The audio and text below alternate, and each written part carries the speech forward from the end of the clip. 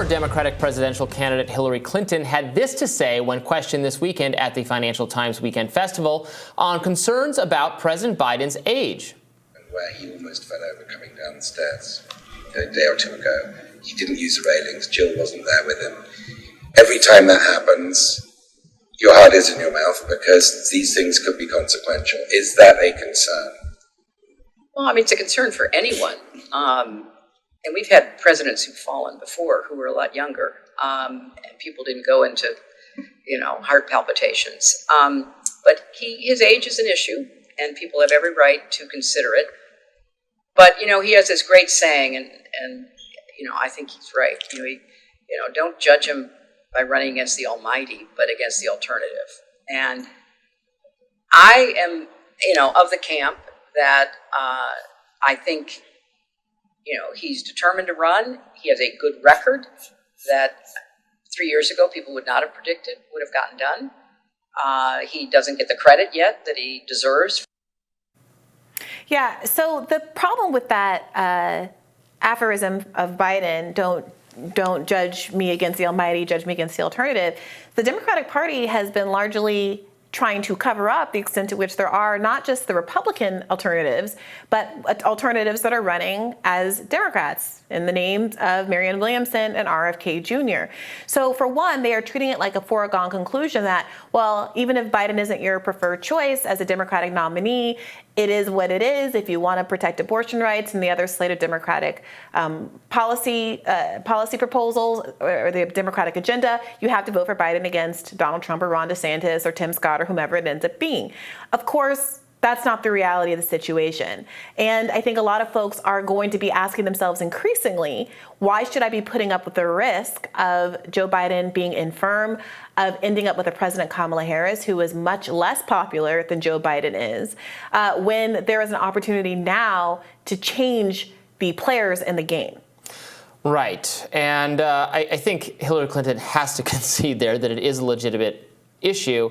That's not a concession, although, that everyone makes. There's a lot of, we were talking about this New York Times framing from Charles Blow that it's like a made-up issue or people wouldn't care about it if they stop being polled about it, which I think is very naive. I think normie voters who aren't necessarily in tune with policy, like politicos are interested in policy. Very ideological voters pay a lot of attention to policy.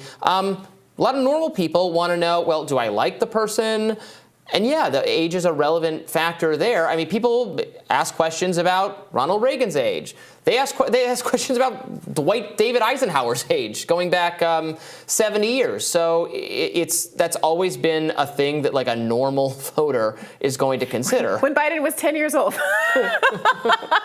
I'm sorry. Yeah. Look, so Charles Blow's kind of point in the New York Times, he acknowledges the way that Hillary did.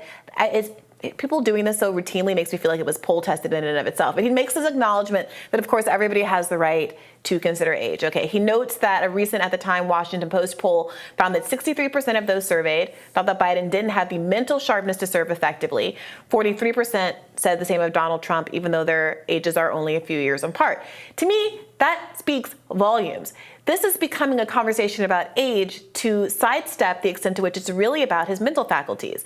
Bernie Sanders is older than all of them. No one's really asking any questions about his mental facilities. John Fetterman is younger than all of them, and there have been robust questions about his ability to serve because he suffered the stroke. So, I mean, I do think that there is a way that they are covering for the much more serious question of, can Joe Biden lead? Can Joe Biden beat Trump if he is not sharp enough in the debates? Are we going to get a replay of what happened in 2020? Remember, we talked about this last week when Julian Castro pointed out that he seemed not to remember what he had said just moments before on the debate stage, an observation which I think was perfectly fair and astute, but which the Democratic Party seemed to use as an excuse to usher Julian Castro out of politics for the next 4 years. He's got a long way to go. He's got 5.5 years. And being president ages you too. You know, look at those photos of people when they start, the end. George Bush, a younger-ish president, looked like he aged 15 years over the course of of his 8 years in office. And so did Obama. Yeah, and he wears the salt and pepper well, but he certainly looks like a very different man. I was actually just in Ben's Chili Bowl last weekend, and they have a framed picture, a classic DC iconic establishment, and they have a framed picture of Obama coming in. I think it might have been when he was a senator, because he looks painfully young. And it is a reminder of how the office really does age you. So I'm interested to see people ask Hillary Clinton and other Democratic, kingmakers that question. Are you concerned about Joe Biden's mental competency and his resilience in getting through the election season, but here's much my less question. the next 4 years? Is she thinking, I got to get in there again. I got to get in there again. He's too old, but I'm not. I'm a spring chicken. Yeah. I still have the youth within me. I do think it's interesting, because when Hillary Clinton lost in 2016, because of her age, there was a presumption that she wasn't going to run again. Right. But Joe Biden is older than her. And I think, there's no love lost. There's not a bone in my body that aligns with Hillary Clinton's from a political perspective. But I do think there is, from a human level, an understandable resentment, perhaps, that Joe Biden is entitled to run again, that Bernie Sanders ran again, and the posture that she took, the presumed posture, was that this was it for me. And I wonder sometimes if she should have. Right. But she elbowed him aside. He was the vice president. He had more of a reason to run in 2016 than anyone else. But because she so had the party lined up behind her, and he was undergoing a little bit of a personal tragedy at the time, he didn't even really consider it very strongly, because he didn't want to fight with her, and she was determined to have it, even though he was the vice president. And it would have made more sense for Barack Obama to serve 8 years and then his vice president to run. As was the case with Bill Clinton and Ronald Reagan, not in the George W. Bush case, because his vice president, Dick Cheney, always said he had no interest in it, and it was a really not particularly popular fellow by the end. But Hillary Clinton demanded she have it, so he said, okay.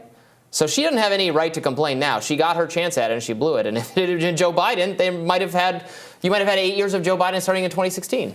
Yeah, I wonder what would have happened if there hadn't been a rigged primary in 2016. If there hadn't been a rigged primary in 2020. Yeah. And if there weren't in the course of rigging a primary for 2024. In 2020, I don't quite know what would have happened if there had been a different Democratic candidate than Joe Biden. I'm not confident in what might have happened. I think in 2016, a different Democrat, you don't have to make that many different changes. You just have to actually campaign in Pennsylvania and Michigan with more vim and vigor than Hillary Clinton did. Thoughts. And I think I think it's likely a different candidate would have won. I have some thoughts about 2020. Polls indicated that Bernie had more strength. I'm sorry, obviously I worked for Bernie Sanders, but that's why I'm familiar also with what the polling data said. And the polling data said because he was stronger with independent voters and stronger with Latino voters, that he had a particular edge in some of the states that really mattered. Not states like South Carolina, which there was a lot of media crowing about Joe Biden winning, that we're never going to go for the Democrat in the general election anyway.